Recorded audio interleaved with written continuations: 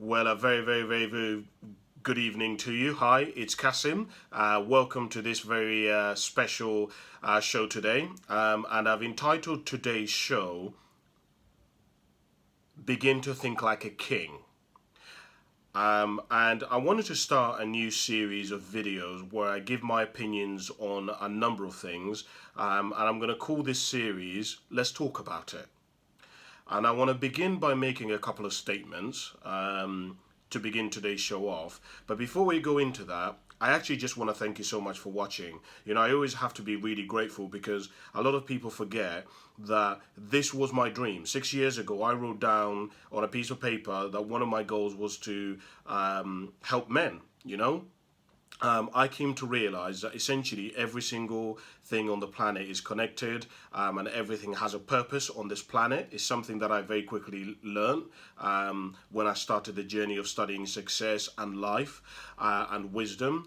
And I discovered that I didn't have a purpose and I didn't know what my purpose was. But what I discovered was that if you didn't have a purpose or you didn't know what your purpose was, you can just choose it.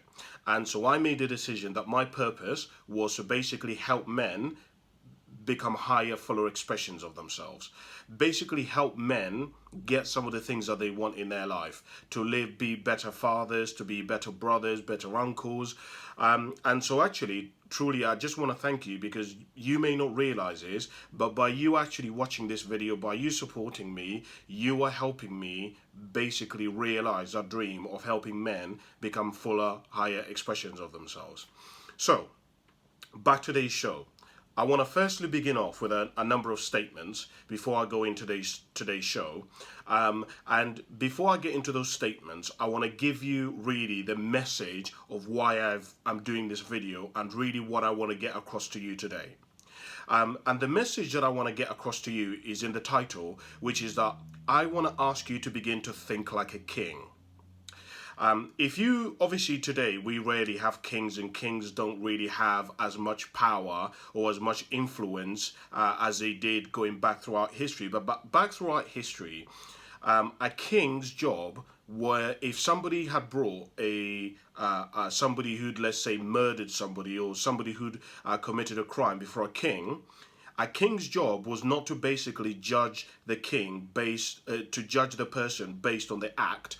The king had to basically use wisdom to determine, okay, what are the circumstances that led up to this person committing this crime? What was this person doing? What is their age? What are the other influences around them? And essentially, that's what is really the message of today.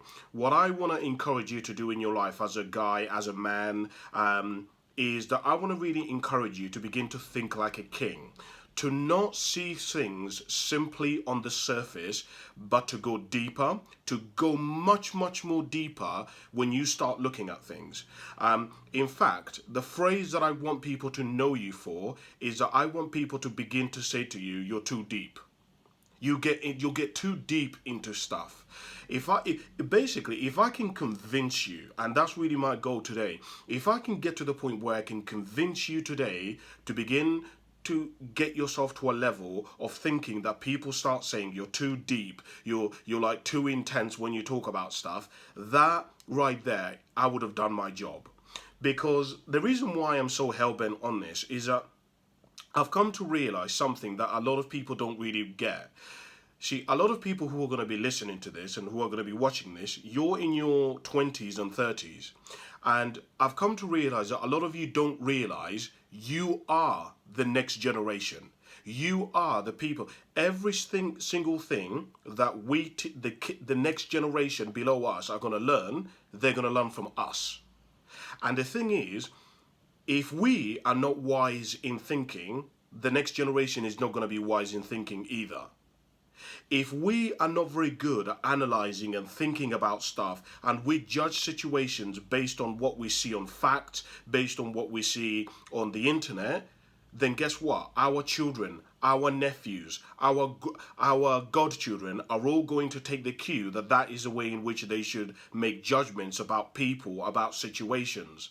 And for me especially, this lesson has been really important because many of you will know I'm studying at the moment to become a counselor, right? And I needed to do that for multiple reasons, which I'm not going to get into.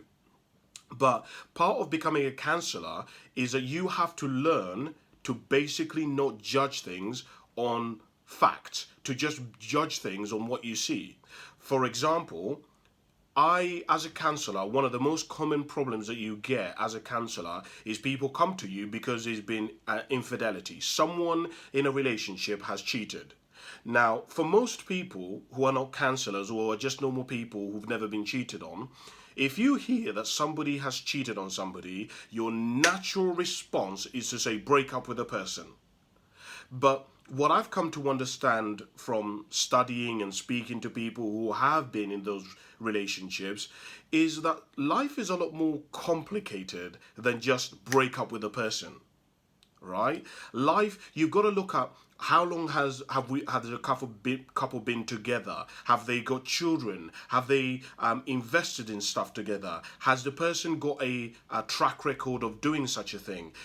Was this a spur of the moment? Was the person drunk? Do you see what I mean? You have to be able to see the situation from multiple circumstances before you come up with a conclusion. Because if you don't, then you're never going to reach the level of wisdom which you're going to need to in order to help guide the next generation which is coming up behind us. And most of you who are watching me know that the next generation are definitely going to need guidance. You know that they're crazy, they're mad, they're impulsive. They are definitely going to need us to be wiser in thinking so that we can really guide them along the way. So that's really the emphasis and the message of what I'm really going to try to get to you today.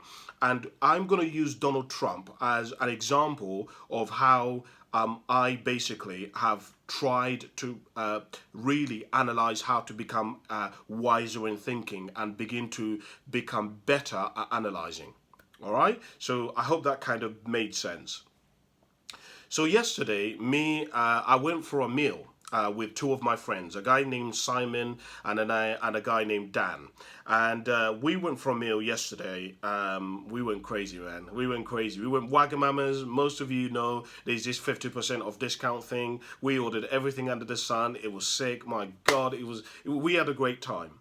Now, as so happens, when you're around people who are quite mature in their thinking, what tends to happen is that you tend to talk about quite serious topics.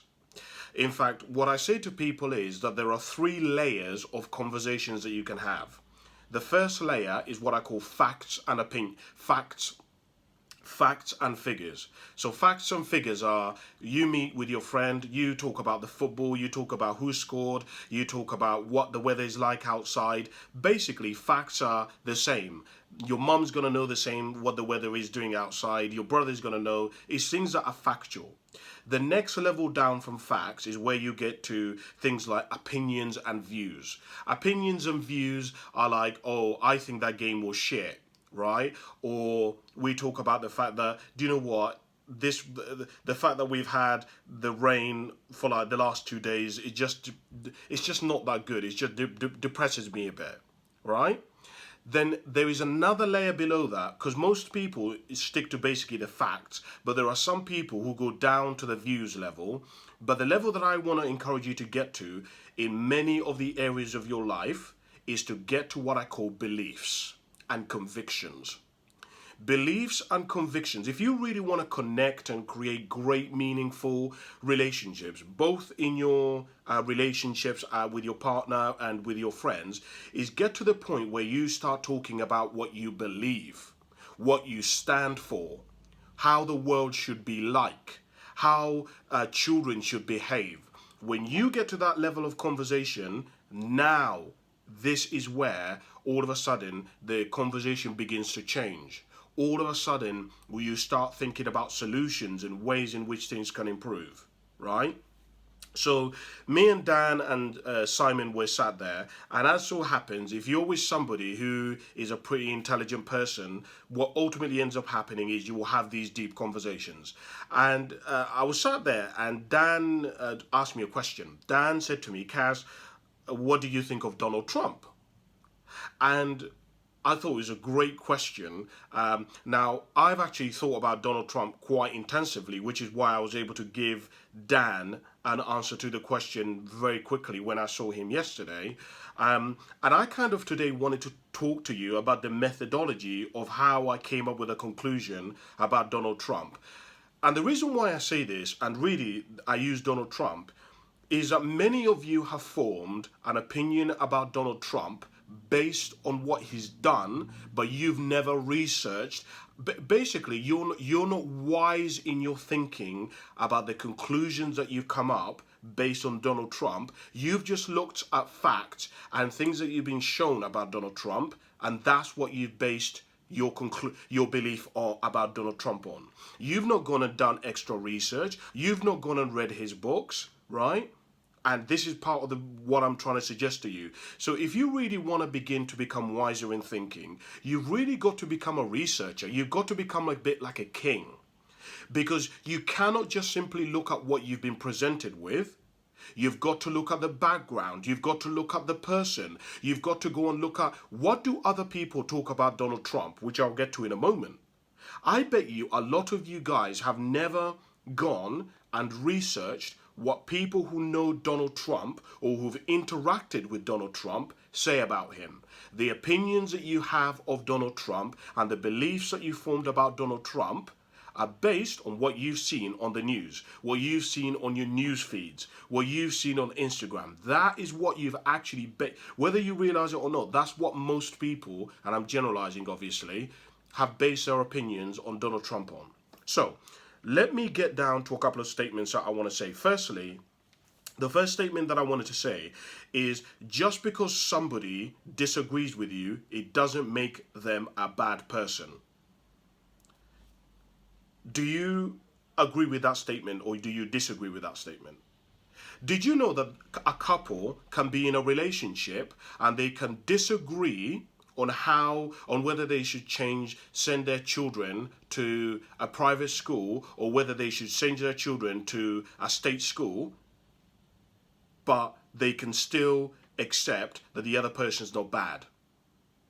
Because a lot of you guys, we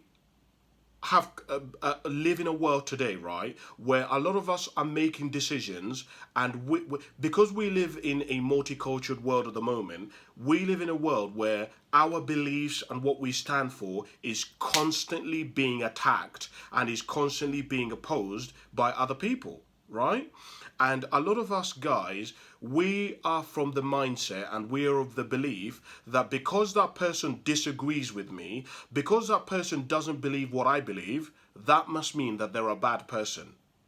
And I want to really encourage you to get that out of your belief system. The reason why I say this is because the next generation of people, of kids who are coming up behind us, this is going to be normal for them. It is going to be normal for your grandchildren and your children and your nephews to be interacting with people who are gay, who are white, who are Nepalese, who are Muslims, who are Protestants, who are people who've been to prison, people who come from Lithuania, people who who only speak Nepalese. It is going to be normal for them. And as adults and as the elders, as the kings of our generation, we need to be able to demonstrate that. You know, one of the big things that I've learned about children, which has been fascinating for me, because basically a lot of my work as a counselor, believe it or not, is not spent around. So when an adult comes into a counselor's office, they think that the problem that they have usually is around them being an adult with other people. But most problems that adults experience are actually derived from their childhood. So obviously that's why I've had to intensely study child development and things like that, because basically most of the problems that adults experience are based on their childhood, right? And in that,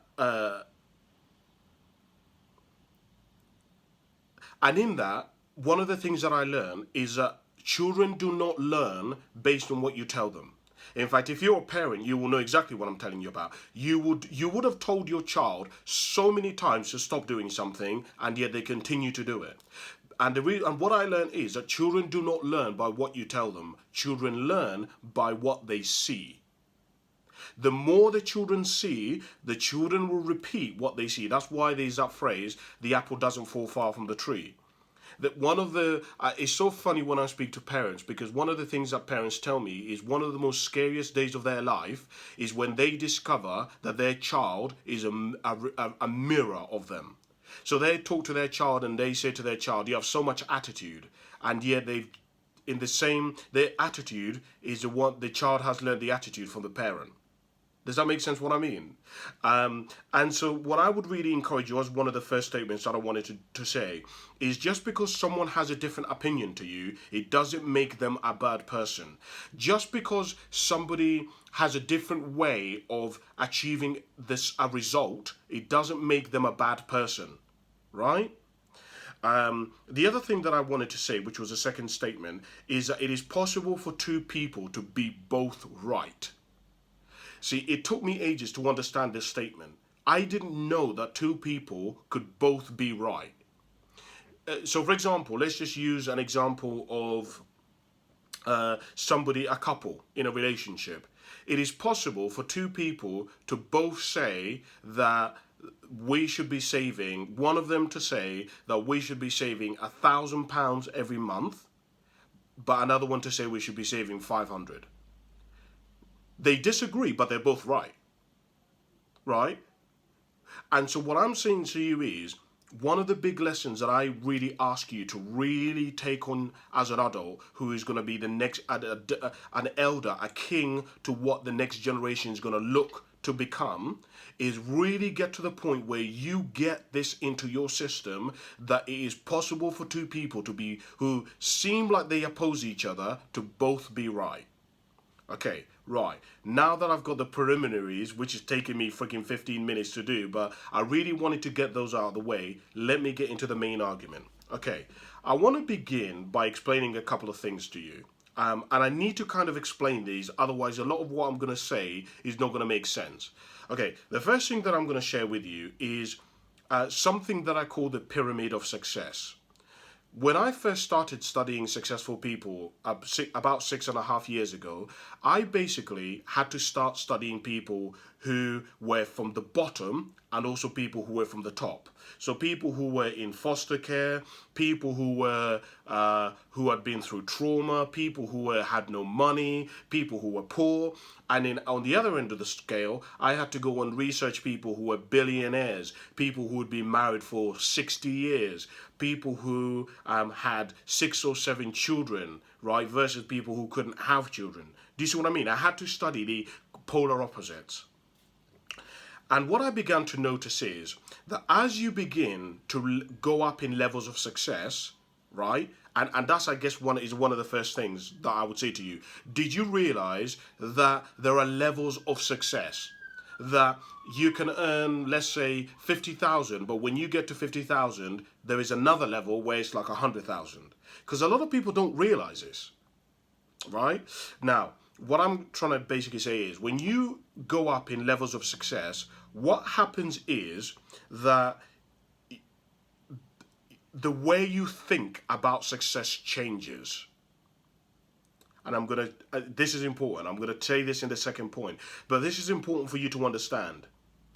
So, for example, if we use the example of somebody who is an estate agent, when you first begin out as an estate agent, at the very bottom, which is what I call the survival level. The survival level is where you've just started off, you have no resources really, you have no background, you have no reputation, you're right at the bottom. When you first begin off at that level, the perception of success that you have is very different to if you were right at the top of, for example, the people who own Foxtons, or the people who own Romans, or the people who own companies, the big companies, right? Where they've got thousands of branches across the globe. Your version of success changes. Which leads me to the second point that I wanted to... Actually, let me give you those 6 levels. So the 6 levels are: number one, the first level is survival. The level after that is what I call security. The level above that is called freedom. From freedom, you then get to what I call mastery. And then from mastery, you get to 2 levels, which I guess run parallel to each other. One is called, I call contribution, and the other I call pioneering. And it's those 2 levels that I really want to talk to you about when it talks to Donald Trump, when it comes to Donald Trump. So contribution basically means when you reach a certain level of success, there is a certain level of success. Actually, before I get to that, let me give you the other point. So the other point that I wanted to give you is there is 2 types of games in life that you can play. You can either, the 2 games are an infinite game or a finite game. An infinite game, by the way, I did tell you at the beginning of this that I was going to get deep into today's video, so you need to be prepared for this because this is a lot of information I'm giving you. Okay, so going back to this. There are 2 types of games that you can play. There are infinite games and there are finite games. A finite game is a game like chess. A game like chess is where there's basically, at the end of it, there's a winner and a loser. A finite game is like a game like football. In football, at the end of football, you play football, and at the end of it, there's a winner and there's a loser. But there's a different kind of game which is called an infinite game. An infinite game is a game where you play it, but you can never win. For example, I use this example because most people understand this. The company that you work for, if your company, let's say, made £50 million in revenue or profits this year, at the end of this year, 2020, it hasn't really won. Because guess what it will do next year? It would take it to 55 million, or it would take it to 60 million or 100 million. Do you see what I mean? So the game can never be won. It's a bit like money. When you begin to earn money, there is no amount of money that is ever going to be enough. Because, and to give you a perfect illustration of this, when you first started working in whatever job that you do now, or if you think back to when your first job, you probably got paid very little money in those jobs. Maybe you might have got paid, let's say, £8,000 a year, right? Back then, you probably thought this was a lot of money. Now, you probably are earning, let's say, if you were earning £8,000 then, at the moment you earn £25,000, which is obviously considerably more money, right? And in fact, if we took that money, 25 grand a year, and we gave it to somebody in Africa per year, they would be really rich. But you do not consider that as a lot of money. In the same way that you don't consider that a lot of money, people who earn £100,000 a year do not think that that is a lot of money. Same with people who earn 400,000. Because the reason why I said to you, one of the things that I said to you earlier on is, as you go up in levels of success, success changes. So when you earn 50 grand, you might think it's a lot of money for a little while, but what happens is, after a while, 50 grand becomes normal. And then you start seeing people who are earning 80 grand. And when you earn 80 grand, when you get up to that level, after a while, it gets normal and you're looking at people who earn 150 grand. Do you see what I mean? So success actually changes the further up you go along that pyramid. And so one of the things that I wanted to tell you, as I was concluding whether I think Donald Trump is clever or dumb, I started looking at those 2 concepts. Now let's look at the first one that I talked about, which is the pyramid of success. Many of you are not aware, but Donald Trump, you only know Donald Trump because of him becoming a president. Most people did not know what made Donald Trump Donald Trump. Donald Trump was actually, during the 90s and the 80s, was one of the top real estate developers in New York. This guy was the best of the best. The guy was given something like £100,000 by, or like 10 grand by his father or something, and he made it and he made $1 billion company out of it. Now, I know many of you will listen to that and say, well, Cassim, well, that's a fucking stupid point. If somebody gave me £100,000, I could turn that into a billion. Yet, if it was really that simple, how many people do you know who win the lottery and end up 2 years later broke? Becoming a billionaire. If becoming a billionaire was so easy, everybody would be fucking billionaires, wouldn't they? There would be literally thousands and millions of people who are billionaires, right? If it was really that easy, right? And I think firstly that is something that you have to come to a realization. I think if you're actually naive enough to think that anybody can just become a billionaire, then already we need to start looking at your philosophy. We need to start looking at your level of wisdom. Because just even being an owner, I mean, just speak to somebody who owns their own company and speak to them on how difficult them making a profit every year is. Now imagine trying to own a company that is $1 billion company. Imagine that. The thousands of employees, the amount you get sued. I mean, it's insane, right? I used to work for a company called Romans. And when I worked for that company, one of my directors, John was constantly in freaking court because the company, Romans was constantly being sued by people. People who had bought a house are suing the company. An ex-employee is suing the company. The level of people suing the company is insane. And that's just one area. You haven't dealt with the sales, you haven't dealt with the employment, you haven't dealt with HR. I mean, it's insane. Now imagine magnifying that to £1 billion or $1 billion company. So I think one of the first things that you have to understand is Donald Trump is already successful. Donald Trump, he has so much money that he can take care of probably 4 or 5 generations behind him. Donald Trump does not need... See, let me explain something to you. Earlier on I explained to you that the pyramid of success works in that there are 2 levels at the top of it. The highest levels any person I have found can go in success is they either... Basically, when you have achieved everything in an area of life, whether it be tennis, football, whatever, there's 2 things that you can do. You either contribute, which means you go back, you teach, I don't know, you set up like a children's tennis club, or you go and start teaching the next people who are coming through rugby or through tennis. You guys have seen this, right? People who reach the highest levels, what they usually do is they set up some kind of foundation or they go and start teaching the next generation.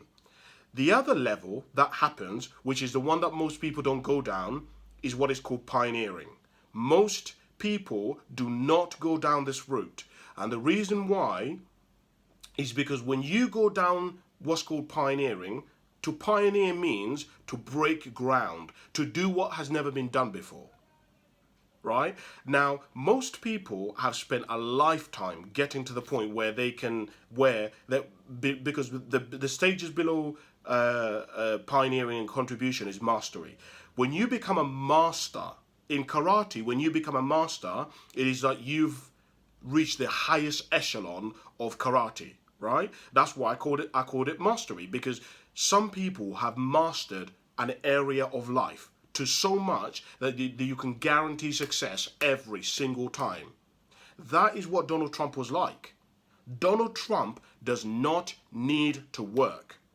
The second thing that I want to tell you, which I think is really important for you guys to understand, and most of you won't really get this because you've never really been around or studied highly successful people. Most people do not have what I call extreme drive. People like Donald Trump, Conor McGregor, David Beckham, Victoria Beckham, Arnold Schwarzenegger, Ed Hall, Ronaldo, Messi, all of these individuals have what I call extreme drive. These people are so hungry, they're so driven that they play what's called an infinite game. You see, they've achieved so much success in their life that one of the things that happens, and most of you won't even ever, you're never going to reach this. Most people are never going to reach a stage because it's just not even something that's even on your radar. But did you know that some people have been so competitive and so driven and such hard working that they've beaten everybody in an area of life? They just, for example, yesterday when I was talking to Dan, we were talking about Ronaldo. And Ronaldo has won so many Ballon d'Ors, there is nobody else to compete with him. There's loads of footballers in the world, but nobody even competes with him. The only other person who competes with him is, of course, Messi. But those two are in a completely different arena. And so when you get to that kind of level, one of the things that happens is a lot of people lose motivation. Because again, one of the things that most people don't understand is when you are people like Donald Trump and Arnold Schwarzenegger, you get a high out of competing. They love competing. I've noticed, because I've studied people at the bottom and people at the top, most people at the bottom of life are not very competitive. If you try and get in competition with most people at the lower stages of life, they don't want to compete. They don't want to get involved in loads of competition. Usually, I dare you to go into your company and find the people who earn the most amount of money, and I guarantee you they'll be the most competitive people in that company. Guarantee it. I am that confident that I'll put my mum's life on it. Because you just won't. You cannot rise to the top unless you're really competitive. You basically got to be willing to beat other people to get to the top. Because I'm telling you, if you try to compete against me, I'm not just going to let you win. Are you insane? I'm highly competitive. I love winning, right? So I'm not just going to let you walk over me and win. So that's why it's called a fight to the top, right? So I think it's really important to understand that people like Donald Trump, when they reach a certain level of success, they have nobody to compete with them. So, and this is what I said to the boys yesterday. When you reach that level of success, what happens is you no longer play. When you are going from levels of survival to mastery, you play what's called a finite game. It's all about winning, right? It's all about you play who can get the sale, who can win the most houses, who can make the most money. Da, da, da. Now, when you've beaten everybody else and you've blown them out of the water, you either contribute and just stop competing, or you compete with yourself. And then what it becomes a game. Because people like Donald Trump do not compete to win, they compete to just compete. They just want to see how much more can I take this. Did you know, and I was saying this to the lads yesterday, most people will never get to this stage of life. But did you know that there are some people who've earned so much money that money is no longer a problem? Did you know that? Some people have earned so much money that money is no longer a problem. I was explaining to the lads yesterday that if you look at the average human being's life, we spend about 80% of our waking hour thinking about ways to make money, how to save money, how to get promoted, how to be like more effective at work. Basically, about 80% of our day is spent around money and how to make it. Imagine mastering money to the degree that you have so much money that you no longer have to worry about money. In fact, if you don't believe me that this is such a problem that the phrase that is used when you get to this stage is "what now?" So go on Amazon after you finish watching this. Go on Amazon and type in "what now," and you will find literally book upon book upon book upon book called "What Now?" And the reason why is because so many successful people have that issue.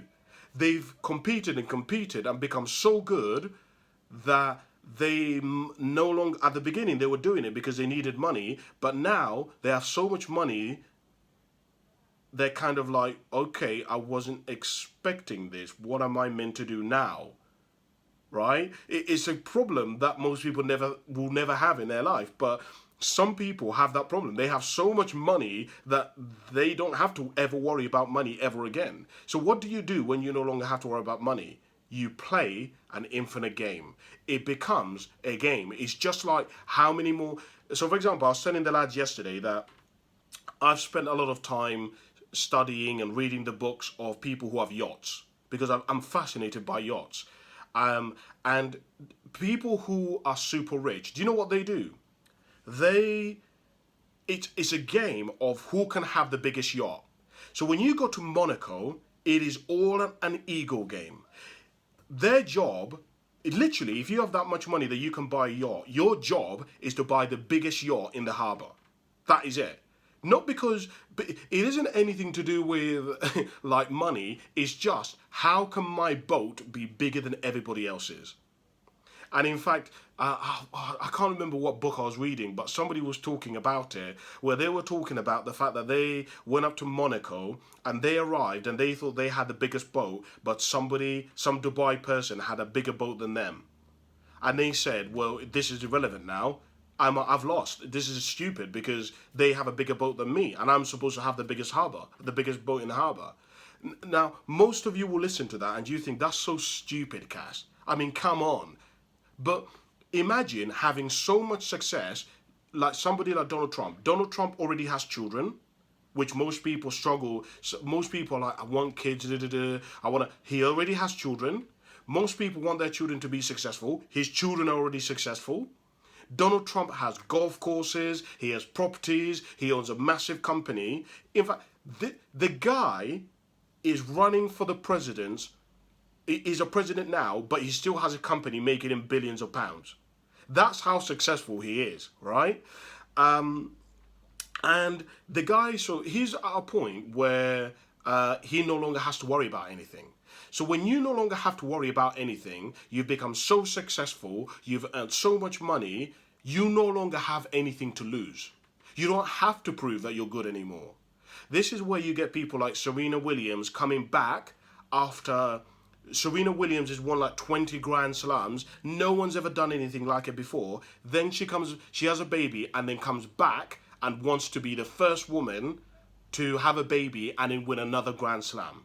Can you imagine? I mean, it was unheard of. It was insane. It was crazy. Why would you try to do it? That right there is what is called pioneering. This is where you have people like Steve Jobs. Steve Jobs wanting to reinvent how computers were done, right? Coming up with the iPod and the iMac. These people seemed crazy. They seemed insane. Nobody wants an iMac, right? Usually people who pioneer are considered to be crazy. This is where you get people like Michael Jackson. Michael Jackson, for those of you who know Michael Jackson or who have studied him, Michael Jackson was in the Jackson 5. The Jackson 5 were a very, very successful band. They made it. In fact, if you hear or listen to interviews of the Jackson brothers, they'll tell you that they had reached a peak of success. And I remember I was listening to one of the brothers talking, and they said, but Michael Jackson decided that he wanted to go further. Michael Jackson was already so wealthy by the time he reached like age 18. The guy didn't have to work ever again, right? Hence why most of you have never heard of any music from any of the Jackson brothers, yet they were in Jackson 5, in the Jackson 5. But Michael Jackson decided he wanted to pioneer. He wanted to be greater. That's why Michael Jackson's Thriller album is still the greatest album ever sold, because he did what was never done before. If you listen to interviews of Michael Jackson, people, the way they say he was crazy, the things he wanted to do, they were insane, right? Because Michael Jackson was constantly wanting to do things that had never been done. I'm getting to a point here, by the way. I'm getting to a point. But you understand what I'm saying when I talk about this kind of stuff, right? So imagine you're that kind of person, because I wanted to get you into the mindset of understanding where Donald Trump is. The guy already has everything. He already has more money than he can earn. He's already reputable. In fact, I listened to interview after interview after interview of people who had worked with Donald Trump, and the single number one thing that Donald Trump is known for is how hard he works. You go on YouTube. You don't have to even believe me. Just go on YouTube and listen to how people talk about Donald Trump. The single number one thing that they know him for is how hard he works.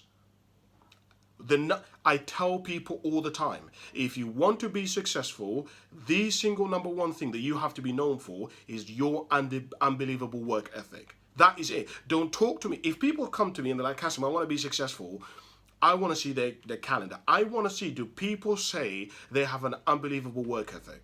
Because if they don't, I know it's pointless us even having this conversation.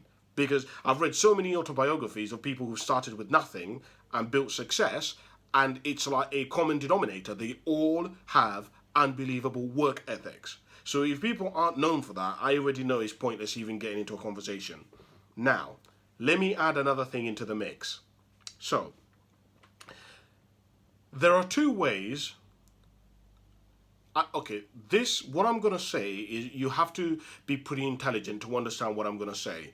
If you are a small-minded person, the statement that I'm going to say next, you're not really going to grasp. But I hope you get it, because I know most of you who are listening to this are pretty intelligent people. There are essentially two kinds of people in the world. There is one kind of person who, in order to get what they want, what they do is that they protest and they demand, right? They demand that politicians do change policy, or they demand that their employee pay them more money, right? That's one of the first ways. Basically, the more successful you become, you begin to realize that there essentially, if you really want to make any real change in the world, there's only really two ways to do it. Number one is through legislation. And number two is through the next generation. Let me break these down for you. So I was explaining to the lads yesterday that most people who want to make true change understand that at one point or another, they're going to have to get involved in politics. Most people don't want to get involved in politics. But if you really want to make change, you are going to have to be involved in politics at some point.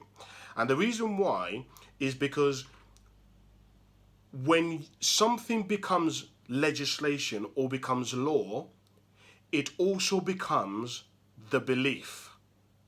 So for example, if somebody becomes a president and they make the law that if you kill somebody, that is wrong, everybody will abide by it because it's law, which means that they inadvertently, whether they want to or not, also believe it, right? Because they practice it.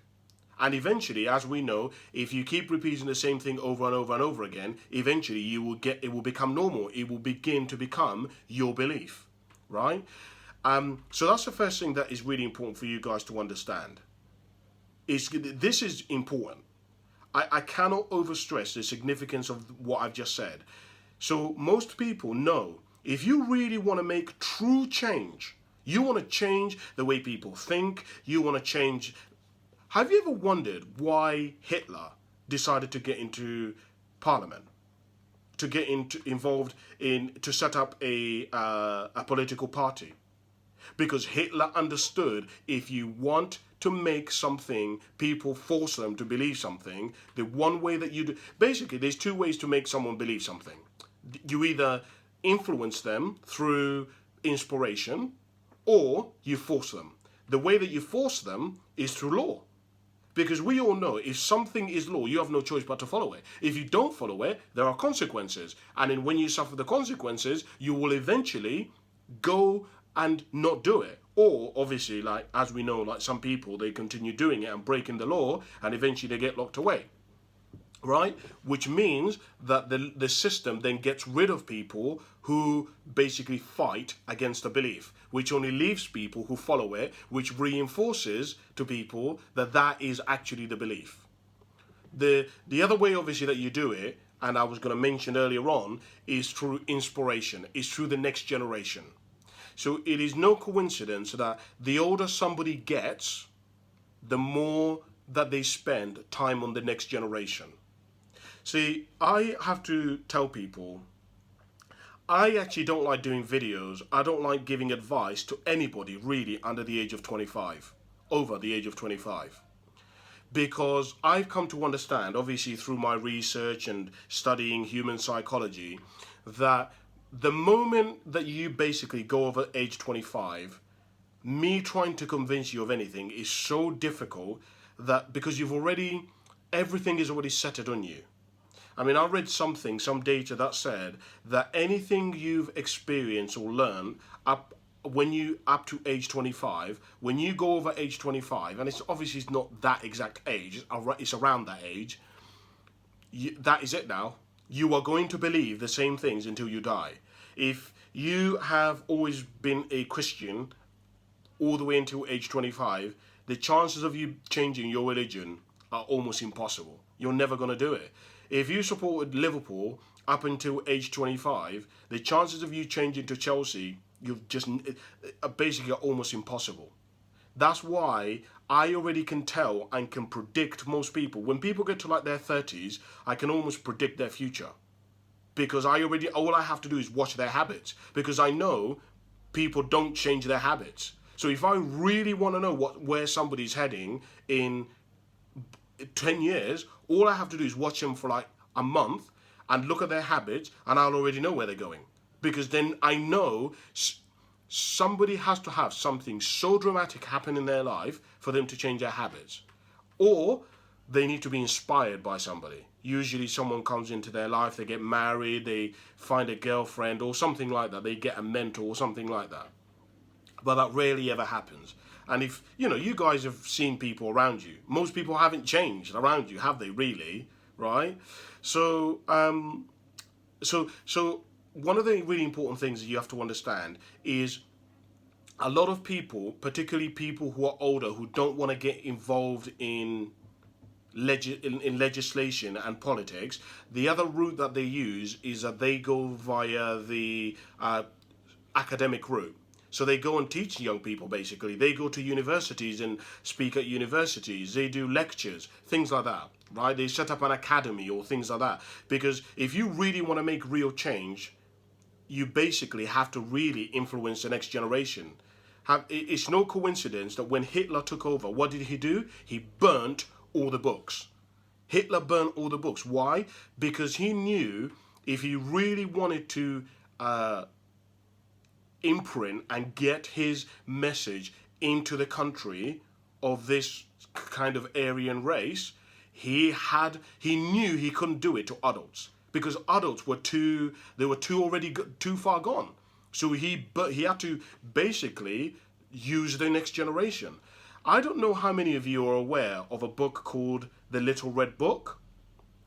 I think there will be some interesting for you. Go and research The Little Red Book, Communism. I think there's a little bit of research for you. I think you'll find that very fascinating. Go on YouTube or just Google The Little Red Book, and if nothing comes up, put in communist, and just watch at how the communists learned, obviously, that the way if you want to really control people, you've got to use the next generation. So, now, going back to Donald Trump, I hope everything that I've been sharing with you has basically been leading to the point that I wanted to say. Imagine Donald Trump understands all that information. On top of it, Donald Trump, when you become a president of the United States, one of the things that happens is that you have a special panel of people who tell you what you can and cannot say. Usually when you become a president, you have your speeches written for you, right? By people. There are people whose jobs are designed to basically write speeches so that they sound professional, and so Donald Trump already has all these people around him who are advising him. Donald Trump is a strategist. All of you have to understand this. In fact, one of the things that, if you study Donald Trump and people who know him, one of the things that people talk about him all the time is Donald Trump knows human behavior very, very, very, very well. It's interesting for me, I've I've been spent, I don't know how many of you know this, but one of the things that I had to study is that in order for me to understand good, I had to study evil. So for the last 2 years, have been studying the most darkest of life. So I've been studying men who've murdered their children and their wife. I've been studying people who've been serial killers. I've been studying pedophiles. And I've been studying people who commit crimes, kill people in prison, because I needed to understand what drives somebody to get to that stage of life. Because you can't understand what good is if you don't know what bad is. So I needed to study it. And one of the really interesting things that I found, particularly when I was looking at people who were child groomers, right? And it's a very dark area of life to look at, which is why most of you don't even ever consider looking at that part of life. It's very dark.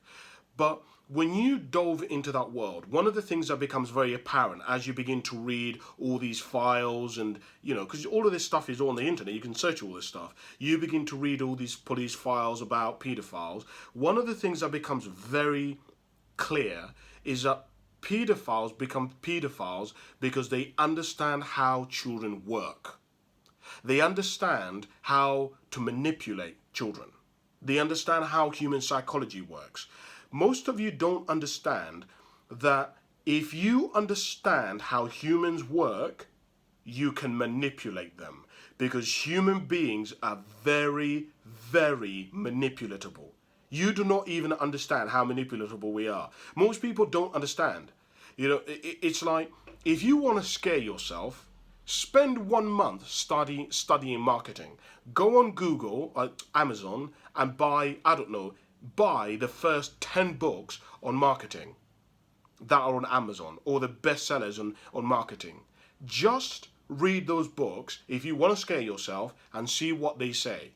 Because when you begin to understand, for example, that Facebook, I was telling this to the lads yesterday, Facebook pays scientists to tell them how humans work.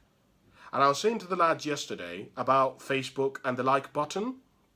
I said, lads, let me ask you a question. Do you think that Facebook just have this button, whenever you post a picture, that they have this button called a like? Do you think that that's just a coincidence? Do you think that they just randomly just came up with they just thought, let's just have a button called a like button? No. They got told that one of the things that human beings desire the most is that human beings crave and want to be liked. We desire it. We will do anything to be liked, right? We will do anything to feel wanted. Why do you think that Instagram is one of the most popular platforms ever? Because Instagram is all about likes. It's all about being liked. Your photo being liked, you being desired, people desiring to look like you.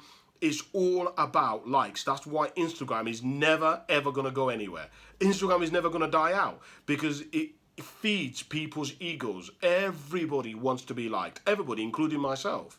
So when you begin to understand this kind of stuff, when you begin to understand that Facebook found out that the way the human brain works is that it's easier for the human brain to scroll. So before, if you remember, when you used to click on a video, you used to click on it, and when the video ended, it would come out, and then you would have to basically go along and search for another video.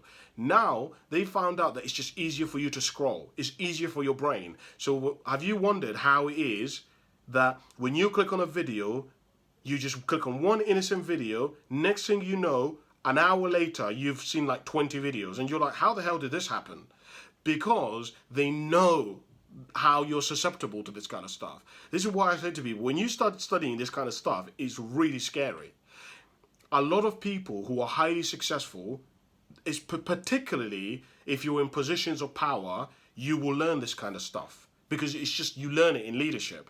I only know this kind of stuff because I've had to learn about how humans work, right? So one of the things that I want to get to you is Donald Trump understands psychology. He understands how people work. He understands what triggers people, right? And everything to do with politics is a game. It is all a game. Donald Trump doesn't need any more money. He doesn't need any more popularity. It is all a game. He's not doing it because he's going to earn more money. He's not doing it because he's like going to become a president for whatever. It is a game. How far can I take this? How much longer can I stay? It is a game, right? So what I really want to encourage you to do, and I hope I've kind of got to illustrate today, is that you really want to begin in your life to look at your life and situations in your life from all of these kinds of perspectives. Begin to really delve down into stuff. You know, imagine all the things that I've talked to you about. I've talked to you about the different levels of belief. I've talked to you about the pyramid of success. I've talked to you about infinite games and finite games. I've talked to you about legislation. I've talked to you about how people work. I've talked to you about so many different arenas that when you start thinking about, oh, Cassim, the way you formed your argument, fucking hell, like you've thought about so many different angles to come to this conclusion about Donald Trump, that is what I encourage you to begin to do. Don't just look at facts. So really, as I said in the beginning, you want to begin to think like a king. When a king in the old days used to be brought somebody in front of them and somebody's committed a crime, the king had to figure out what was this person's background, what did they do. In fact, I remember, obviously many of you will know I was done for drink driving, and I had to be involved in the criminal world. And one of the things that you learn is when you go into court, they do not just simply judge you on the crime that you've made. They ask for your circumstances, right? They ask for your character references. What were you like? They ask for the circumstances that led up to you committing the crime. What were you doing? What were you thinking? Are you remorseful? Right? Because it is not just about the facts. It's about the whole thing. It isn't just about what you see. And that's really the message of what I really wanted to share with you today. And I hope I kind of did it justice. And I hope that I've kind of perhaps triggered something in you to begin to think in that way. Because ultimately, as I said at the beginning of this, the next generation are taking cues from you and me. We are the next generation. We are the elders. We are the kings. We are the champions. So whatever we live and we breathe and what we say and what we stand for, that's what the next generation are going to learn from us. And we got to start thinking about this. We've got to really start living intentionally, becoming wiser in thinking, wiser in decision making. And that's really essentially what I wanted to share with you. So to finish off, the answer to do I believe Donald Trump is dumb or do I believe Donald Trump is a genius? Donald Trump is a genius. Donald Trump knows exactly what he's doing. Do not be so fooled as to believe you cannot become a president of the United States by being stupid. If it was that easy, we would have had so many people do it, right? It is really, really, really difficult to become a president. It is really, really, really difficult. Now, don't get me wrong, guys. I just want to actually qualify that. You can apply to become a president. You can go and do the races, but it's all a game. You've got to play against each other. You've got to say certain things. Politics is all a game, right? And that's part of the wisdom that you want to begin to develop. Understand how do politics works. Right? For example, one of the things that I share with people is that politics is people who are noble can never win in politics, because politics is a popularity game. You do not, for example, people do not have to agree with what you're saying, but you may have the best thing to say, but if people don't like you, they'll vote against you. Right? How many times have you seen in politics somebody who actually is a good guy, they believe in something, they stand for something, and they've never won? Why? Because politics is a game. It is all about people who become politicians usually have nothing to lose. They're usually old people, right? They don't care about whether they lose or not. They've already gained success in their life, right? So it's all about a game and playing each other, and you've got to pay people off and have secret meetings. And I wonder whether you get that, whether you understand that, whether you formed that within the philosophy and the conclusions that you've come up with. So that was it for today's little special episode. Again, I actually want to thank Dan and Simon because they're the ones who inspired me in the beginning to do this from our conversation yesterday. Again, I hope something that I shared today has been useful and has in some way helped you become a higher, fuller expression of who you're capable of becoming. But maybe you disagree with me. Maybe you're like, actually, Cass, Donald Trump is dumb. I would love, in fact, if you have an opinion about Donald Trump that you have formed your evaluation, I'd love to talk to you. Let's have a conversation. You know, the whole point of why I call this series, Let's Talk About It, because this is my opinion and this is what I believe, but maybe you have a completely different point of view. You know, one of the things that I said at the beginning of this is that it is possible for two people to both be right. You could have a completely different point of view. You may not like some of the ways that Donald Trump has gone about tweeting, or some of the things that he's said, or some of the evidence that's come about, about him. But, for example, in forming my argument, I had to ask myself, I looked at some of his past and the way he treated women, etc. And I had to ask myself, Cassim, are you perfect? Cassim, if we looked back at your records in private of some of the things that you've been up to, would people's perception of you change? And definitely, people's perception of myself changed when people found out about my drink driving, because a lot of people knew me as being quite a civil kind of good guy, right? So I had to look at, is anyone perfect? No, of course no one's perfect. And I had to encompass all of that in my conclusions of Donald Trump. And so, again, as I finish off, what I'm saying to you is, how have you formed your opinions about stuff? How have you formed your opinions about life? How have you formed your opinions about what is possible? How have you formed your opinions about marriage? How have you formed your opinions about the education system?